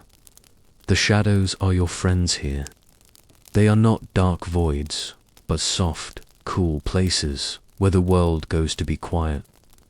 Imagine yourself reclining on a bed of thick, dry moss at the edge of the woods. The moss is soft and resilient, supporting your weight perfectly. Above you, the stars are thick, millions of tiny, pulsing lights that have watched over the Shire since the first Hobbit dug the first hole. They are constant. They are unchanging. They are the ultimate symbols of peace. As you drift closer to the edge of sleep, the images of the garden begin to blur. The silver grass, the dew-heavy roses, the sleeping rabbits, and the whispering reeds all merge into a single, shimmering haze of peace. The sounds, the lap of the water, the rustle of the leaves, the hush of the wind become a single, low frequency that vibrates through your body. The Shire's nature is a cradle. It is a world that has been loved into a state of permanent grace. Even in the dark, even in the cold, it is a place of absolute safety. There is nothing in these woods that wants to hurt you. There is nothing in these fields that wants to disturb your rest. The moonlight is a blanket. The dew is a blessing. The earth is a mother. Close your eyes and let the silver light of the Shire fill your mind. You are drifting now, floating on the mist above the water, moving with the slow, inevitable current of the night. The gardens are sleeping. The hills are quiet. The world is at rest. The silver night is long, and it is beautiful, and it is yours.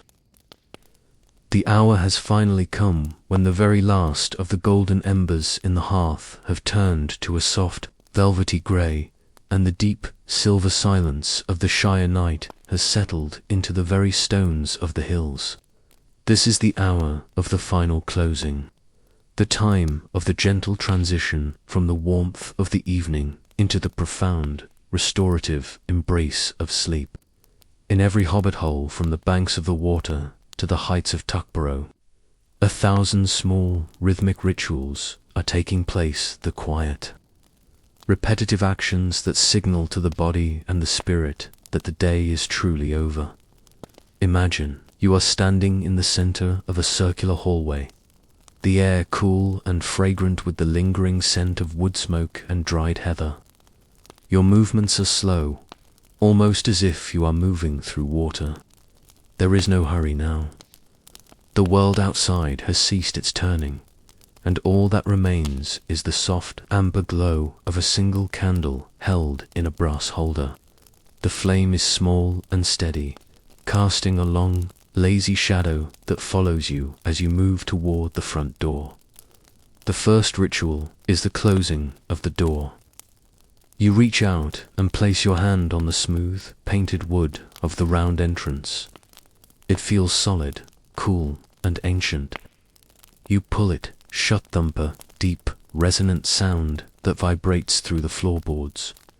A sound that says the outside world is now a separate thing. You turn the heavy iron key in the lock, clack-clink. It is a musical sound, a reliable sound. Then you slide the brass bolt into place. She-tuck.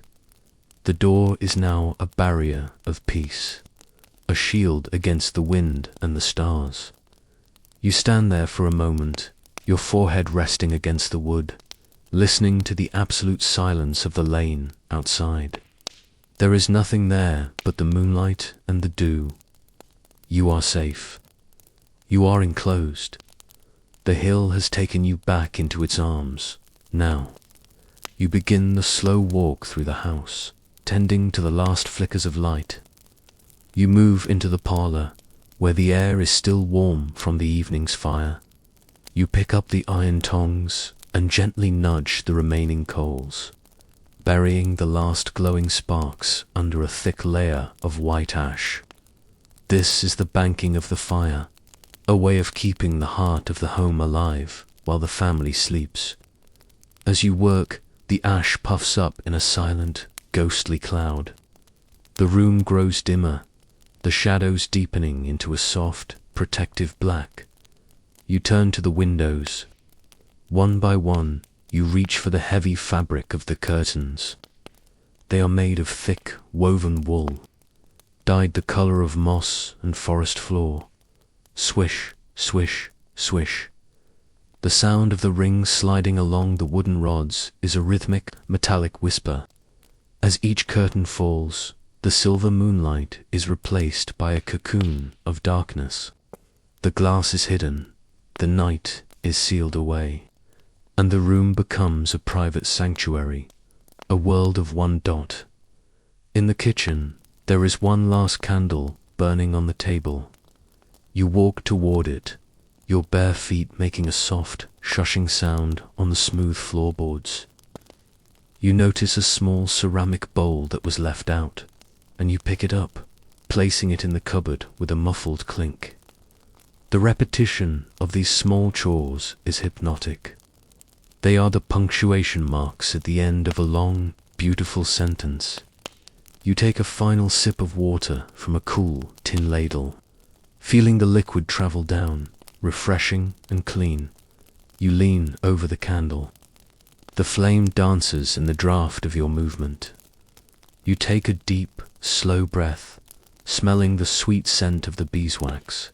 Puff, the light vanishes, replaced by a thin, curling ribbon of white smoke that smells of the summer meadows. For a few seconds, the aftermidge of the flame lingers in your eyes, a tiny, floating sun before it fades into the velvet dark. You don't need light now. You know this home by heart. You know the curve of the walls, the height of the stools, and the exact spot where the rug meets the wood. You move toward the bedroom, your hand trailing along the paneled hallway. Inside the sleeping chamber, the air is perfectly still. The bed is waiting for you, a vast landscape of softness and warmth. But before you climb in, there is the ritual of the blankets. You reach down and pull back the heavy patchwork quilt. It feels cool and heavy in your hands. You smooth out the linen sheets beneath it, your palms moving in long, rhythmic strokes. Shish, S-H-H-H. The sound of your hands against the fabric is like the sound of a distant sea. You fold the top edge of the sheet over the wool blanket, creating a crisp, white border. You fluff the pillows, hitting them softly thump until they are like large, airy clouds. This preparation is a gift you give to yourself, a way of saying that your rest is important, that your comfort is sacred. As you sit on the edge of the bed, you take a moment for quiet reflection. In the Shire, this isn't a time for worry or planning. It is a time for gratitude. You think of the taste of the bread from dinner. You think of the sound of the brook under the stone bridge. You think of the way the sunlight looked as it hit the tops of the oak trees. Each memory is a small, golden stone that you place in the treasure chest of your mind. You feel a deep, heavy sense of contentment.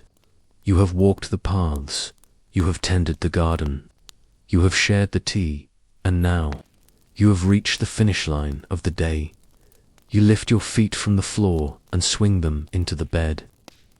The sheets are cool against your skin, a refreshing contrast to the warmth of the room. You pull the blankets up, layer by layer. First, the light cotton, then the heavy wool, and finally, the thick, protective quilt. The weight of them is a physical embrace. It stills the restlessness in your limbs. It tells your heart that it can slow down now. You lie flat on your back, looking up into the darkness. You can't see the ceiling, but you can feel the weight of the hill above you. It is a comforting weight. You are tucked deep inside the earth, shielded from the vastness of the sky. The sounds of the night, the distant owl, the sighing wind, the ticking clock are all muffled now, filtered through the thick walls and the heavy curtains. They are no longer individual sounds. They have merged into a single, low-frequency hum, a lullaby of the earth. You focus on your breathing. Inhale. The scent of clean linen and lavender. Exhale. The last remnants of the day's energy. Inhale. The stillness of the room. Exhale. The heaviness of your tired muscles. Your thoughts are becoming slow and fragmented, like autumn leaves drifting down into a dark pool. You imagine the other hobbit holes along the hill. You see, in your mind's eye, 1,000 yellow doors all locked tight, 1,000 candles all blown out, 1,000 quilts pulled up to 1,000 chins. The entire Shire is a single, breathing entity, a land of deep and ancient slumber. There is a profound sense of unity in this collective rest. You are not sleeping alone. You are sleeping with the hills, the trees, and the very soil itself. You turn onto your side, tucking your hands under your cheek.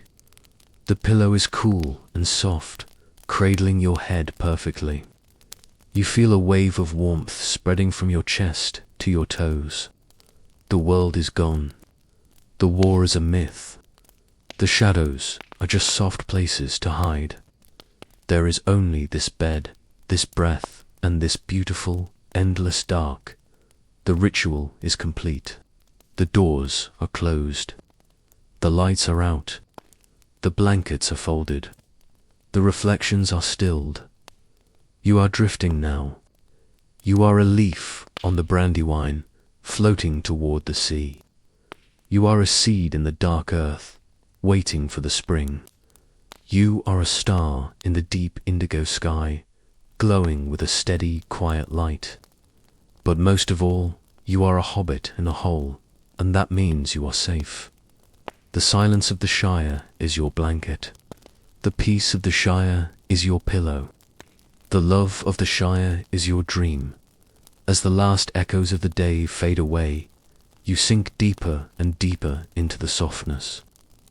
The darkness is not empty. It is full of peace. It is full of rest. It is full of the Shire. Sleep now.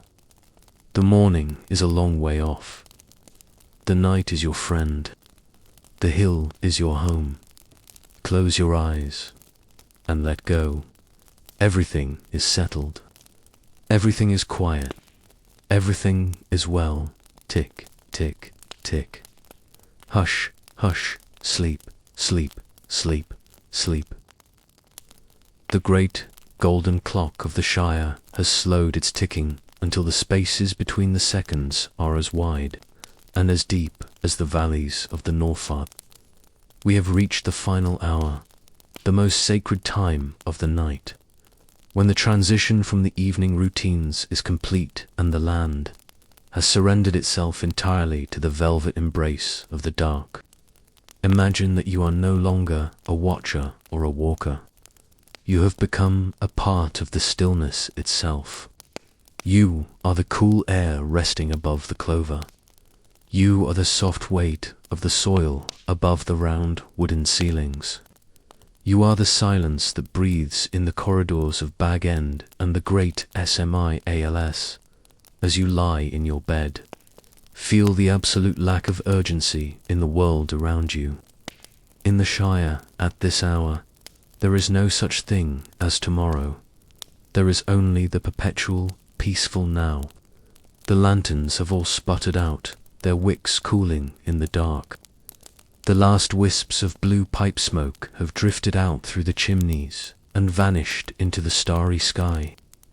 The hearths have reached that final state of rest where the ash is cold and the stones have given up their last bit of warmth to the rooms. The house is silent, but it is a living silence, a cocoon of wood and earth that holds you in a state of perfect, unshakable safety. Look out, in your mind's eye, over the rolling hills of the west. They look like sleeping giants draped in blankets of silver mist. The mist is thick tonight, rising from the slow-moving water and the damp marshes near Overhill. It moves with a glacial slowness, flowing into the hollows and pooling around the roots of the ancient party trees. It is a soft, white veil that mutes the world, turning the sharp edges of the stone walls and the wooden fences into blurred, ghostly shapes. Hush, hush. The mist is the Shire's own breath, visible in the cool night air, a sign that the earth is deep in its own restorative dream. The silence here is more. There is the silence of the fields, where the wheat and the barley stand motionless, their heads bowed under the weight of the dew. There is the silence of the woods, where the great oaks and the silver birches have ceased their rustling, their leaves held still by the absence of the wind. And there is the silence of the hobbit holes, a deep, domestic quiet that smells of beeswax, dried herbs, and the faint, lingering sweetness of apple wood. If you listen with your soul, you can hear the heartbeat of the land a slow, rhythmic thrumming that matches the slow, steady beat of your own heart. Thump hush, thump hush. It is the sound of a world that is whole. It is the sound of a world that is safe. Think of the paths we walked earlier. The dirt is now cold and damp, sparkling with a million tiny droplets of water that catch the light of the distant stars. There are no footsteps on the lanes now. The gates are all latched, the bridges are empty, and the crossroads are silent. The signposts point toward Michelle, Delving and Waymeet, but they are pointing into a dream. No one is traveling tonight. Everyone has reached their destination. Everyone is home. The idea of away has ceased to exist. There is only here, and here is the most comfortable place in the creation, in the deep thickets of the woody end. The birds are huddled so closely together that they feel like a single creature. Their heads are tucked under their wings, their tiny hearts beating in a slow, synchronized rhythm. The foxes and the badgers have retreated into the deepest parts of their dens, their fur warm against the cool earth. Even the insects have grown still, their chirping replaced by a profound, ringing quiet. The only movement in the entire Shire is the slow rotation of the stars above, and the gradual creeping of the shadows across the grass. Imagine the great hill, where Bag End sits like a crown. The grass on its slopes is long and lush, moving only when a stray cooling sigh of air wanders up from the valley. The round windows of the holes are dark, reflecting the constellations like black diamonds. Inside, the libraries are still, the books resting on their shelves with their secrets tucked inside their leather covers. The kitchens are clean, the copper pots hanging in the dark, catching a stray glint of starlight. The pantries are full, the smell of curing hams and ripening cheeses a silent promise of plenty. There is no hunger here. There is no want. There is only the profound satisfaction of a life lived well and a day ended rightly. You feel the weight of your own body, sinking deeper into the mattress. It is as if the gravity of the Shire is gently pulling you down, inviting you to merge with the soil. Your limbs are no longer your own. They are the roots of the willow, the stones of the bridge, the soft moss of the bank. You are losing the sense of where you end and where the Shire begins. The cool air on your face is the same air that brushes the petals of the sleeping snapdragons. The warmth under your quilt is the same warmth that lingers in the heart of the hill. The stars above the Shire are particularly bright tonight. They are not cold, distant fires. They are the ancient guardians of the sky, the same stars that the first hobbits looked upon when they crossed the mountains into this green paradise. They watch over the sleeping chimneys and the quiet stables with a gaze that is both vast and intimate. You can feel their light pressing gently against your closed eyelids, a silver weight that encourages your mind to let go of its last remaining thoughts. In this deepest hour, time has truly stopped. The past is a collection of happy memories, the taste of a blackberry, the sound of a friend's laughter, the feel of the sun on your back. The future is a hazy, golden promise of another morning, another tea, another walk through the clover. But neither of them matters right now. Only the stillness matters. Only the dark matters. Only the peace matters. You find yourself drifting through the various farthings in your mind, a silent observer of the absolute rest. In the south farthing, the vineyards are draped in shadows, the heavy clusters of grapes waiting patiently for the morning sun. In the north farthing, the stone quarries are silent, the grey rock gleaming under the moon. In the east farthing, the marshes of the Marish are covered in a thick, white blanket of fog, the frogs silent among the reeds. Everywhere you look, there is the same consistency of calm. It is a landscape that has been smoothed over by the hand of the night. Imagine the dreams of the Shire. They are not dreams of conflict or great deeds. They are dreams of the earth. The hobbits are dreaming of the way the soil feels between their toes. They are dreaming of the scent of rain on a hot afternoon. They are dreaming of the first bite of a fresh-baked loaf of bread. Their dreams are as simple and as beautiful as their lives. And as you drift, your own dreams are beginning to take on these same qualities. You are dreaming of green hills. You are dreaming of round doors. You are dreaming of the slow, silver river. The silence is becoming heavier now. It is a physical presence in the room, a soft, velvet curtain that has been drawn across your mind. The sounds of the night, the ticking clock, the sighing wind have faded into a single, low-frequency hum that is almost undetectable. It is the song of the earth, a melody that has no notes, only a feeling of absolute, unbreakable security. You are safe. The Shire is safe. The world is at rest. Think of the millions of blades of grass, each with its own tiny drop of dew. Think of the thousands of trees, each standing silent in the dark. Think of the hundreds of hobbits, each tucked under a heavy quilt. You are part of this great sleep. You are a single note in the long, beautiful lullaby of the Shire. There is nothing left to do. There is nothing left to think. There is nothing left to feel but the slow, rhythmic pulse of the night.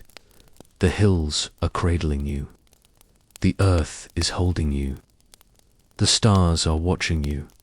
Your breathing is so slow now that it is almost imperceptible. You are a part of the mist, a part of the shadows, a part of the deep, dark soil. The journey through the evening is over. The walk through the lanes is finished.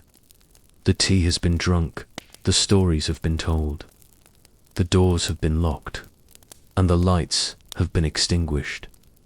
The Shire has reached its final state of perfection, a world untouched by the shadows of the outside. A world where the only thing that moves is the slow, silver moon.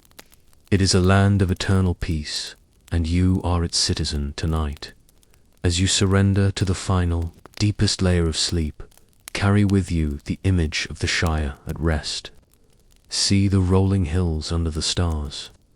Smell the damp earth and the cooling herbs. Feel the weight of the quilt and the softness of the pillow. This is your home. This is your sanctuary. The light is gone. The sound is gone. The world is gone. Only the peace remains. Sleep now in the heart of the hill. Sleep now in the arms of the earth. Sleep now as the Shire sleeps. Good night, little traveller. The stars are bright. The bed is warm. All is well.